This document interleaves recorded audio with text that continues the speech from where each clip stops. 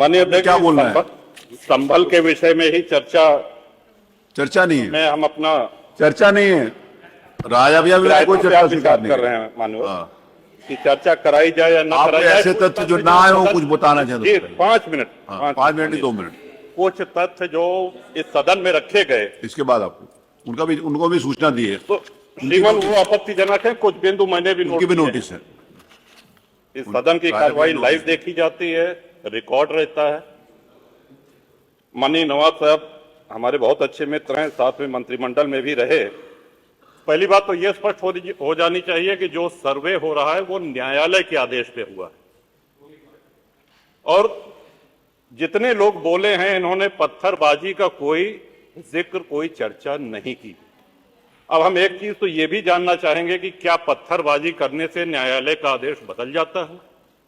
अगर न्यायालय ने किसी सर्वे का आदेश दिया तो उस आदेश को पलटने के लिए क्या तरीका है? उससे बड़ी अदालत में जाएं कि सड़क पे खड़े होकर के पत्थर प्रशासन के ऊपर और पुलिस के ऊपर चला जाए। आज तक कभी प्रशासन का निर्णय, न्यायालय का निर्णय इससे बदला हो तो? दूसरा श्रीमान, पुलिस और प्रशासन के लोग जो घायल हुए हैं उनके प्रति किसी ने कोई पीड़ा, कोई चिंता व्यक्त नहीं करी। बहुत गंभीर मामला है ये। ठीक उसी तरह है जैसे बहराइच में 22 साल का एक नौजवान राम गोपाल मिश्र, 4 महीने पहले शादी हुई थी, उसकी हत्या कर दी गई। इतनी निर्मम हत्या करी गई, इतनी गोलियां शरीर में मारी गई, हाथ के नाखून भी निकाल लिए गए। अपराध क्या था कि उसने अपने धर्म का एक झंडा लगा दिया। श्रीमान, इसी चर्चा में एक बड़ा रोचक तथ्य सामने आया। माननीय नवाब साहब ने कहा कि कुंदरकी में लूट हुई है, लूट करके, वोट लूट करके ये विधायक बन गए हैं, वरना कुंदरकी में 65% मुसलमान हैं, 35% हिंदू हैं, तो रामवीर सिंह कैसे जीत जाता? ये कार्रवाई में है हमारा। तो मनोहर, एक सवाल हम ये भी करना चाहते हैं कि जिन विधानसभाओं में मुस्लिम मतदाता की संख्या हिंदू से कम है, क्या वो लूट करके विधायक बन के आते हैं? या क्या हिंदू बाहुल्य जो विधानसभाएं हैं वो मुसलमान को वोट नहीं देती? इस हिसाब से तो यही लगता है कि सबसे बड़ा आश्चर्य धरती का यही हो गया कि जब 65% मुस्लिम है तो हिंदू कैसे जीत गया? आज पहला दिन है इन लोगों का सदन में। हमने अनुरोध किया था जो नए सदस्य जीत के आए हैं कम से कम परिचय करा दें, हम लोग भी पहचान लें।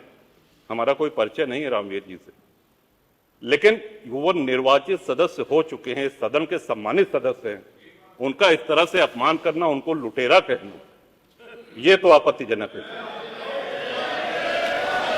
और सर्वे हम बोल रहे तो आप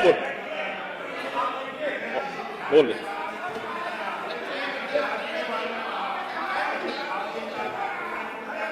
माननीय अध्यक्ष जी, 2 मिनट में अपनी बात समाप्त कर रहा हूं। 2 मिनट में अपनी बात समाप्त कर रहा हूं।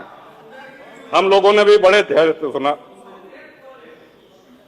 तो इस सदन का एक क्राइटेरिया, एक मापदंड क्या ये तय मान लिया जाए कि जहां हिंदू अधिक है वहां हिंदू विधायक को ही जीतना चाहिए, मुस्लिम विधायक सिर्फ वहीं से जीतना चाहिए जहां मुस्लिम की आबादी 50% से अधिक है?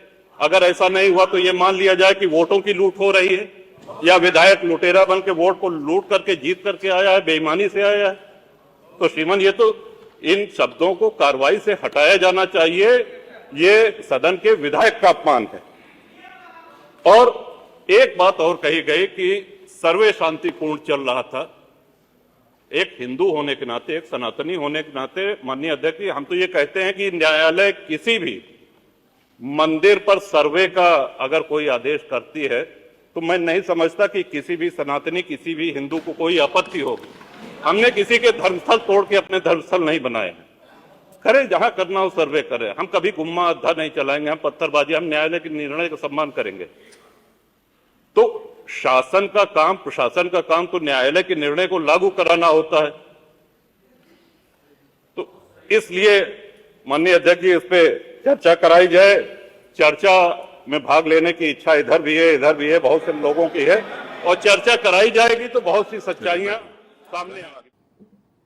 माननीय सदस्य कुंवर रघुराज प्रताप सिंह जी ने ये बात बहुत स्पष्ट की कि हम तथ्यों को छुपा करके कब तक जनता को गुमराह करेंगे।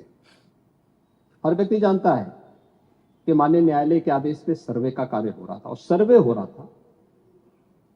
दूसरा मैं आपसे पूछना चाहता हूं, आप पश्चिम में जाएंगे, पता नहीं आप कैसे हैं, आपके पूर्वज भी हो सकता है, और पश्चिम उत्तर प्रदेश के हमारे सभी लोग अपने सामान्य संबोधन में राम राम ही कहते हैं, तो जय श्री राम कहां से सांप्रदायिक संबोधन हो गया? कहां से सांप्रदायिक संबोधन हो गया? हमारे यहां हम जगते हैं, राम ही राम बोलते हैं, मिलते हैं, राम राम का संबोधन होता है, और अंतिम यात्रा में विदा करते हैं तब भी राम नाम सत्य है ही बोलते हैं। राम के बगैर तो हमारा कोई काम ही नहीं है। और अगर जय श्री राम किसी ने बोली दिया तो इसमें उत्तेजना का मतलब, ये नियत आप समझ सकते हैं उस नियत को। ये चढ़ाने वाला नहीं है, ये चढ़ाने वाला नहीं है, ये चढ़ाने वाला नहीं है।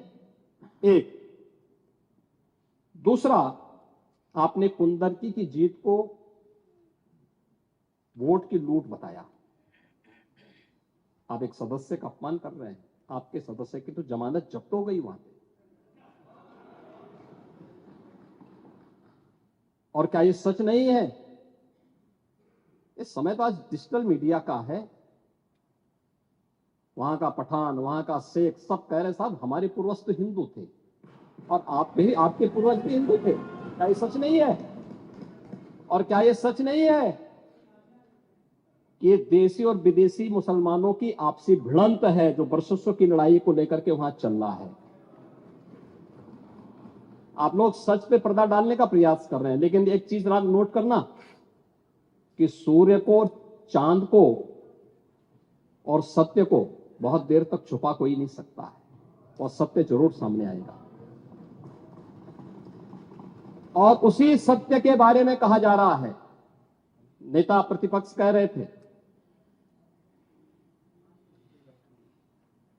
कि वहां की स्थिति ऐसी है कि अगर मंदिर आ भी जाएगा, मंदिर बन जाएगा। मैं कहता हूं, ये तो बाबरनामा भी कहता है कि हर मंदिर को तोड़ करके एक ढांचा खड़ा किया गया। आप तो एक श्रेष्ठ ब्राह्मण कुल में आपने जन्म लिया है।